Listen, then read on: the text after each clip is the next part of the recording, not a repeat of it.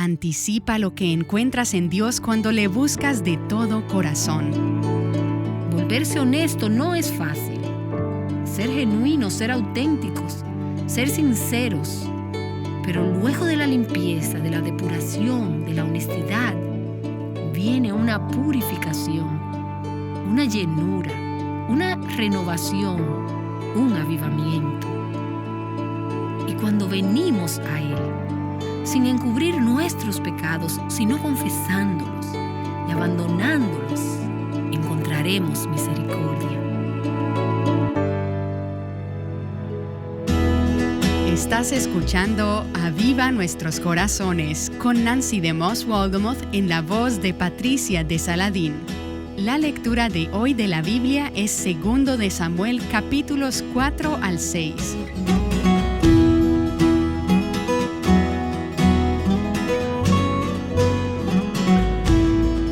Hace unos 150 años, un grupo de creyentes fieles estaba orando por un avivamiento. Ellos perseveraron en oración sin saber cuál sería el resultado. Dios respondió trayendo transformación a su nación y un avivamiento genuino. Hoy escucharemos más de esta historia, pero antes escucharemos la conclusión de la enseñanza de Nancy acerca de la honestidad. La honestidad es una de las marcas de un avivamiento verdadero y hemos estado escuchando acerca de esto esta semana como parte de la serie titulada En Busca de Dios. Recientemente recibí un correo electrónico de una amiga que decía: he estado orando para que Dios traiga un avivamiento a mi iglesia. Y creo que muchos de nosotros nos podemos relacionar con esto. Queremos ver a Dios traer avivamiento a nuestras iglesias. Y ella continuó diciendo: he estado rogando a Dios para que traiga un avivamiento a mi marido y a mi clase de escuela dominical. Pero no fue sino hasta esta semana que Dios me mostró mi propia gran necesidad. Por fin estoy orando: Dios mío, avívame a mí. Toda esta semana hemos estado hablando sobre la honestidad, andar en luz, en una fe sincera, de tener un corazón honesto y hablar verdad delante de Dios, confesando nuestros pecados y sacándolos a la luz.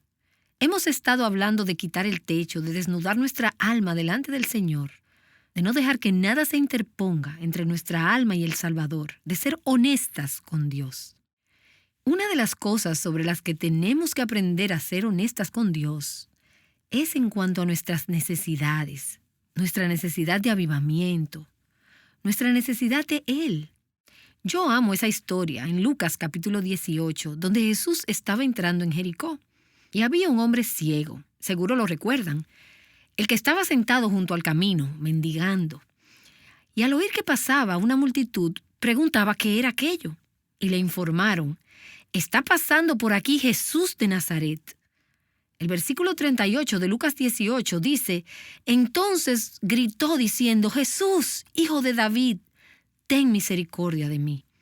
Y los que iban delante los reprendían para que se callara. Pero él gritaba aún mucho más: Jesús, hijo de David, ten misericordia de mí. En ese momento Jesús se detuvo y ordenó que se lo trajeran. Y cuando estuvo cerca le preguntó: ¿qué deseas que haga por ti?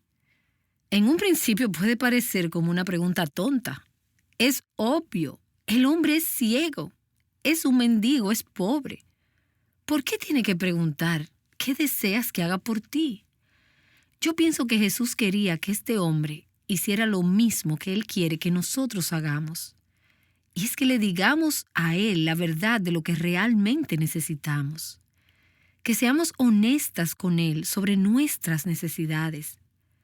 El hombre le dijo: Señor, que recobre la vista. El hombre fue honesto acerca de sus necesidades. Señor, yo soy ciego. Si yo pudiera ver, él pudiera haber pedido una serie de cosas más. Pero él le dijo al Señor honestamente: esto es lo que quiero que me hagas. Si vas a experimentar un avivamiento, tienes que venir ante el Señor y decir honestamente: esto es lo que necesito. No estoy bien. Aquí estoy, Señor. Soy yo, parada delante de ti en necesidad de oración. ten misericordia de mí. Tenemos que ser honestas con Dios acerca de nuestras necesidades y aún más poniéndonos de acuerdo con Él cuando Él nos muestra nuestras faltas, nuestras necesidades, cuando nos convence de pecado, no llamándolo debilidades o problemas, no tratando de culpar a otros. No se trata de tu esposo, sino que puedas decir, Señor, soy yo. Necesitamos ser honestas, no solamente con Dios, sino honestas con nosotras mismas. Realmente honestas con nosotras mismas. Las Escrituras nos hablan de las diferentes formas en que nos hemos engañado a nosotras mismas, pero una de las más comunes es lo que leemos en Santiago capítulo 1, donde Santiago nos dice, no solo sean oidoras de la palabra, hagan lo que dice, porque si oyes y no haces, o si sabes y no actúas, te estás engañando a ti misma. Tú te has convencido a ti misma que eres una buena cristiana. Tú estás viviendo la vida cristiana. Tú sabes muchas verdades. Sin embargo, no estás haciendo lo que sabes. Nos hemos engañado a nosotras mismas. Así que permíteme preguntarte. Hay algunas verdades en la palabra de Dios, quizás aún verdades que has enseñado a otras personas. Las conoces en tu cabeza, pero son una realidad en tu vida. Tú sabes que debes perdonar, pero ¿acaso hay alguna raíz de amargura en tu corazón? Tú sabes que debes ser una persona con dominio propio, pero ¿acaso estás siendo controlada por la comida o por cualquier otra adicción?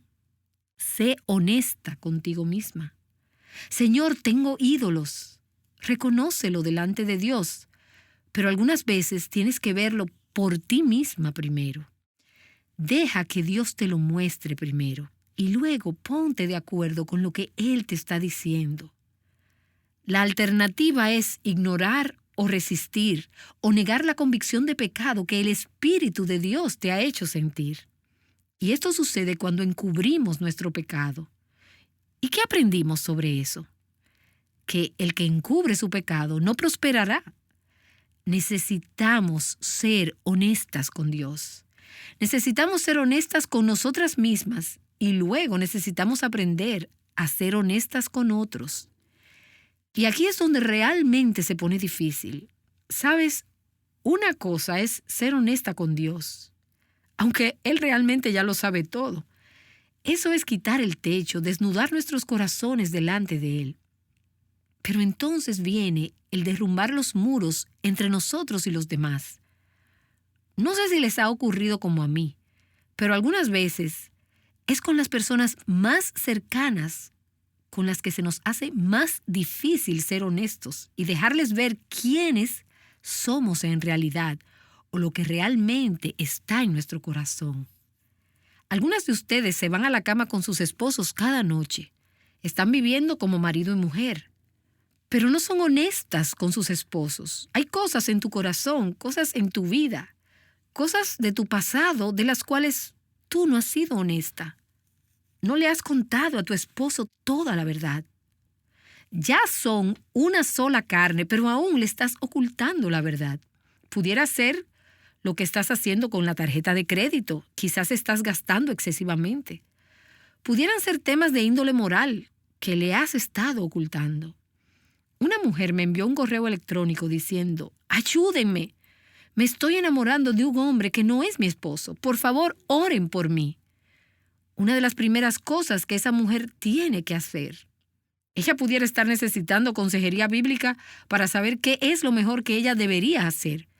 Pero ella necesita decirle a su esposo que ella está luchando con esta situación. Y yo sé que algunas personas no están de acuerdo conmigo sobre esto, pero necesitamos andar en la luz. Tú no puedes vivir como una sola carne con un hombre, quien es legalmente tu esposo, pero con quien tú no estás siendo totalmente honesta, abierta, vulnerable y transparente. Tú no puedes esperar tener ese tipo de vida y a la vez tener la relación que Dios quiso desde un principio que tuvieras con tu esposo. Tienes que ser honesta. Honesta con los demás, no dejando una mejor impresión de nosotros mismos, de lo que realmente es honesto y verdadero. ¿Qué sería de nuestras iglesias si en vez de venir los domingos y solo tener las pequeñas conversaciones donde intentamos decirle a los demás qué hermosas nos vemos o qué agradables somos, si en vez de esto fuésemos honestas unas con otras, capaces de poder ser confiables, vulnerables, transparentes y dispuestas a decir la verdad sobre lo que está ocurriendo en nuestras vidas, en cualquier momento que Dios te pida que lo compartas con otra persona?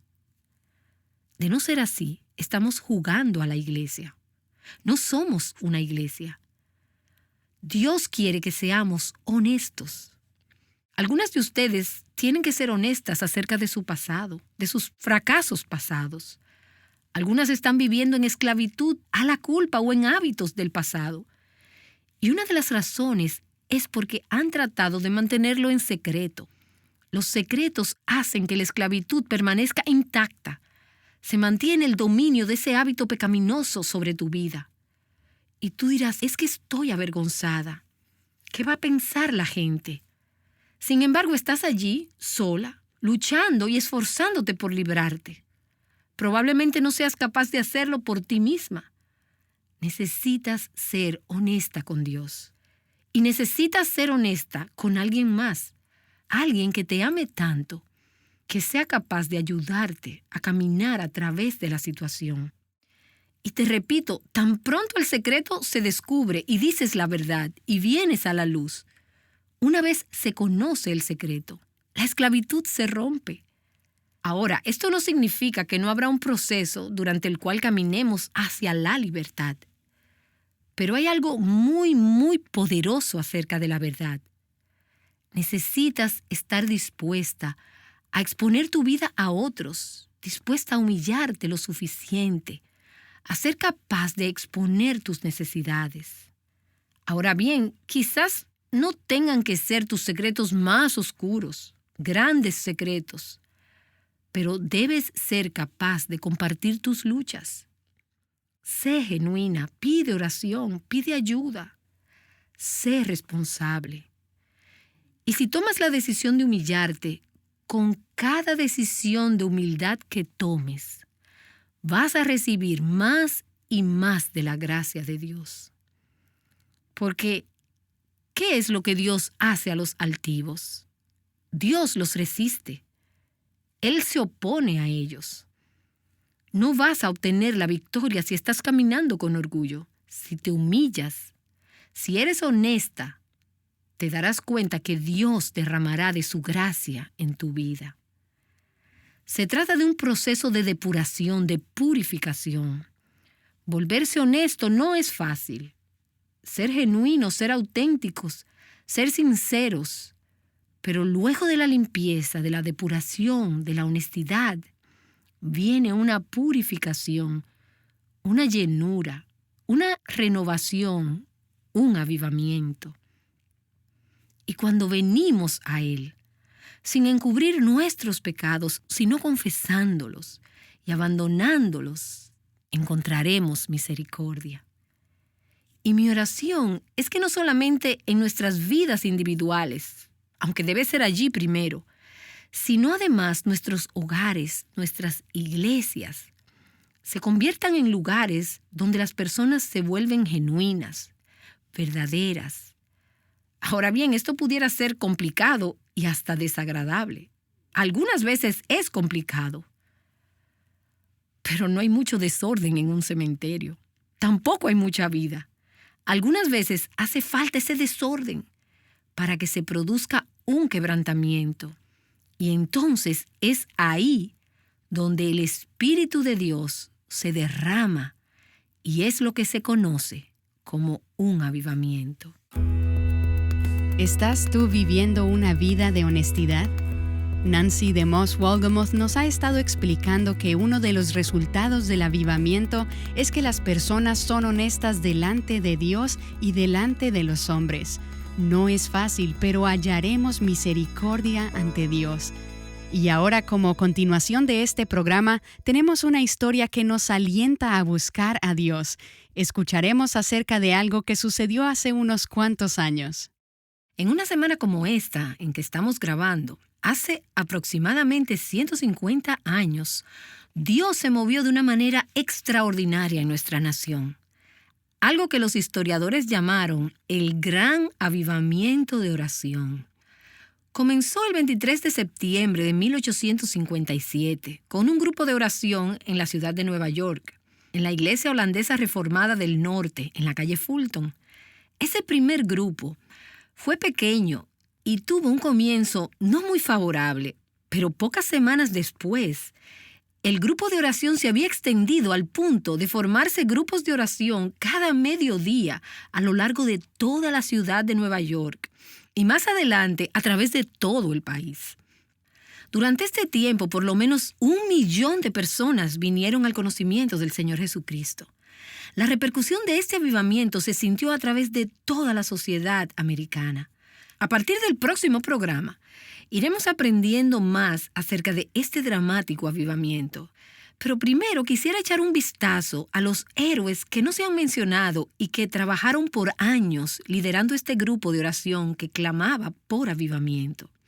El grupo de oración que comenzó en la calle Fulton el 23 de septiembre de 1857 generalmente se considera como lo que inició el avivamiento.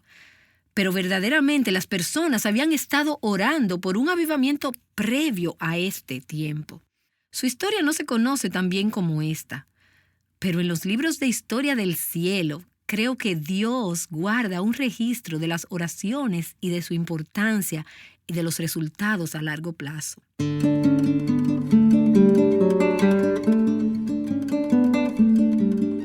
En 1840, unas personas de la iglesia de la calle Park en Boston comenzaron a orar en grupo. Ellos tenían carga por la vida espiritual de las personas en su ciudad. Bob Bucky, quien es el director de la oración de la Avanzada Nacional, explica lo que ocurrió cuando este grupo comenzó. Esto duró alrededor de 3 años, pero durante este tiempo que oraron por la ciudad de Boston, por todas esas categorías que ellos oraban, bautismo, asistencia a iglesias evangélicas, por los ministerios, por salvación, en esas iglesias alrededor de la ciudad se reportó un gran crecimiento. La correlación de ese crecimiento con las oraciones realmente fue sorprendente. Lo que es aún más sorprendente es que después de 3 años ellos se cansaron y pararon de orar, y de igual manera se desvaneció y murió. Estos grupos de oración de Boston demuestran varias cosas. Primero, la oración puede ser bien difícil y en segundo lugar, puede ser bien efectiva. Mientras ellos oraban, el efecto de la ciudad era medible y era asombroso. En la misma medida que la oración murió y que los grupos de oración fueron desapareciendo, todos los efectos de la oración desvanecieron con su desaparición. Esto realmente es una historia que debe alertarnos a todos. El grupo de oración en la iglesia de la calle Park eventualmente se convirtió en el modelo para un nuevo énfasis en la oración. Bueno, esto sucedió unos 10 años más tarde. Algunos de los miembros de este grupo de oración se reunieron de nuevo porque no podían aceptar la idea de que un esfuerzo de dicha magnitud se quedara sin fruto. Ellos decidieron comenzar de nuevo, pero esta vez no sería en una sola iglesia, sino que incluiría a todos los evangélicos de la ciudad de Boston. Ellos escogieron un lugar neutro. Aunque era una iglesia, a los ojos de muchos esto era un lugar neutro. Se trataba de una iglesia llamada la Vieja Iglesia del Sur de Boston. No abrían al mediodía, sino que abrían todas las mañanas a excepción de los domingos, es decir, el día del Sabbat. De manera que alrededor de 1850, 851, ellos comenzaron estas oraciones diarias y mayormente con los que pasaban en su camino al trabajo. Aquellos que tenían carga para orar y que sacrificaban 1 hora de su ocupado día para orar cada mañana, no necesariamente mostraban mucha emoción. Ellos siguieron un horario regular y trataron de limitar la reunión de oración a 1 hora solamente. Sí, cualquiera que se presentase allí a las 7 podría estar seguro que ya para las 8 estaría fuera. Ellos tenían formas muy precisas de llevar a cabo la reunión. Se aseguraban de que todo marchara de manera neutral, o sea, es decir, que no fueran a caer en intereses sectarios o en ningún tipo de debate teológico. Los organizadores sostenían una campana mientras las personas oraban. Sí, y si ellos estimaban que lo que se estaba orando en un momento determinado se estaba desviando hacia una dirección incorrecta, inmediatamente sonaban esa campana para que la persona corrigiese su oración o se detuviese. Estos grupos de oración comenzaron a crecer. La asistencia era en los cientos cada mañana. Andaba entre 150 a 350 personas cada día en su camino al trabajo. Este grupo tenía tanta hambre de que Dios trajera un avivamiento entre su pueblo, que se reunían consistentemente y ayunaban una vez cada 3 meses. A una de estas reuniones en Boston, llegó un visitante de la ciudad de Nueva York que se emocionó con la idea de una reunión diaria de oración. Jeremías Lanphier incorporó algunos de los elementos de los grupos de oración de Boston. Él era organizado y puntual y destacó la unidad entre las denominaciones. Lanphier pasó a la historia como la persona que Dios usó para comenzar el avivamiento de oración de 1857. Escucharemos su dramática historia en el próximo programa. Pero antes de que Jeremías Lanphier estableciera sus famosos grupos de oración, grupos que tendrían resultados de alcance mundial, había grupos de personas trabajando tras bastidores, detrás de la escena. Habían transcurrido ya 8 años durante los cuales oraban diariamente.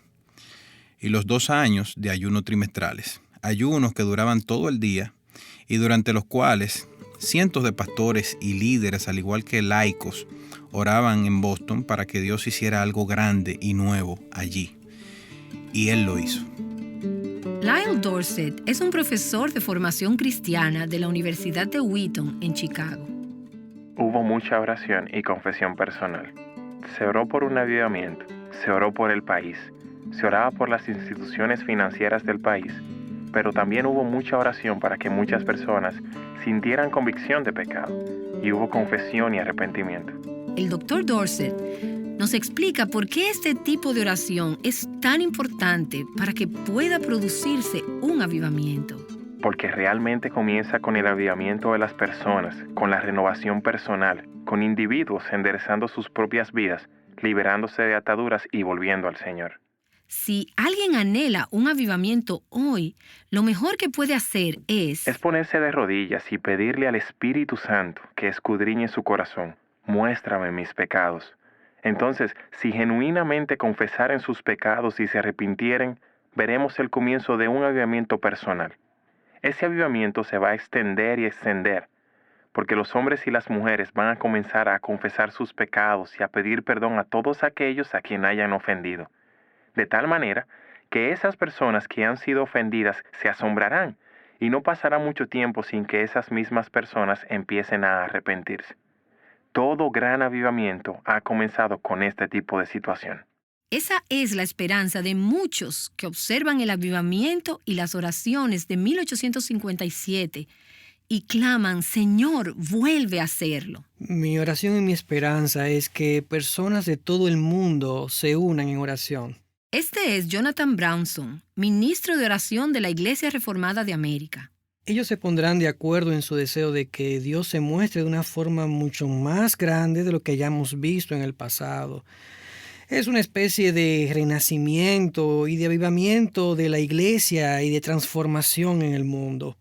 Como esos creyentes en Boston que oraron fielmente por 8 años antes de que comenzara el avivamiento de 1857, tú y yo pudiéramos estar siendo llamados a un tipo de oración que requiera persistencia, y al hacerlo pudiera parecer como si nada estuviera pasando.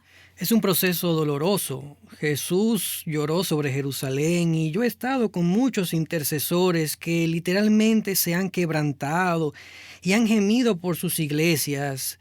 Ellos dicen, ¿por qué es que Dios no se mueve? O incluso no parece que hay ningún cambio.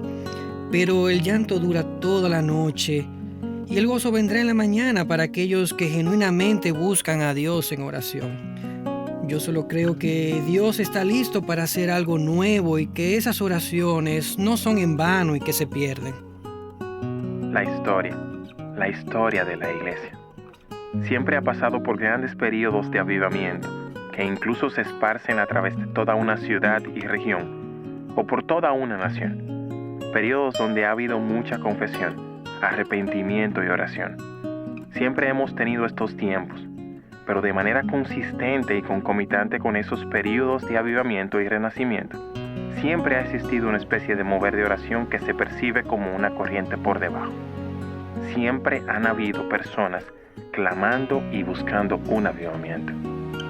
Mi corazón se conmueve por aquellos que se sienten solos en esta búsqueda y también por ministerios como estos involucrados en conectar esas personas, interesado en hacerles saber a sus oyentes que hay otros oyentes allá afuera, que hay otras personas de oración clamando al Señor también.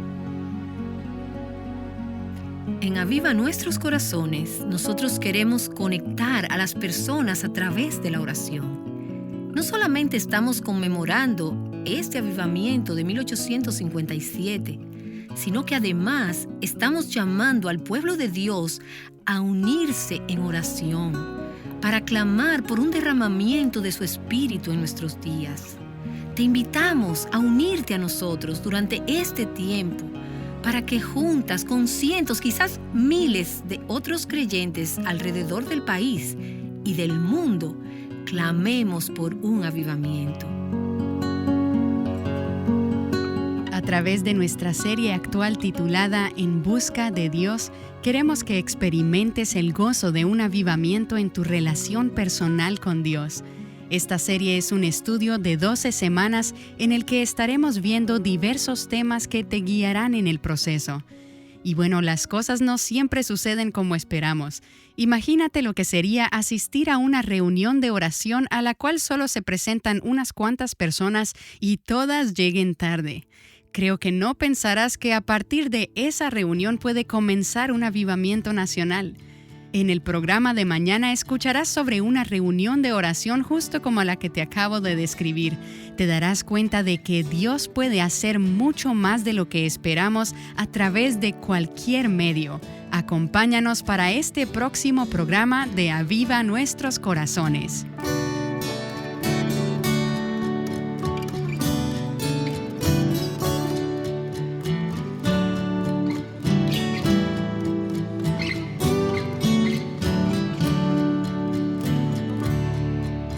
Viviendo juntas la belleza del Evangelio, Aviva Nuestros Corazones con Nancy DeMoss Wolgemuth es un ministerio de alcance de Life Action Ministries.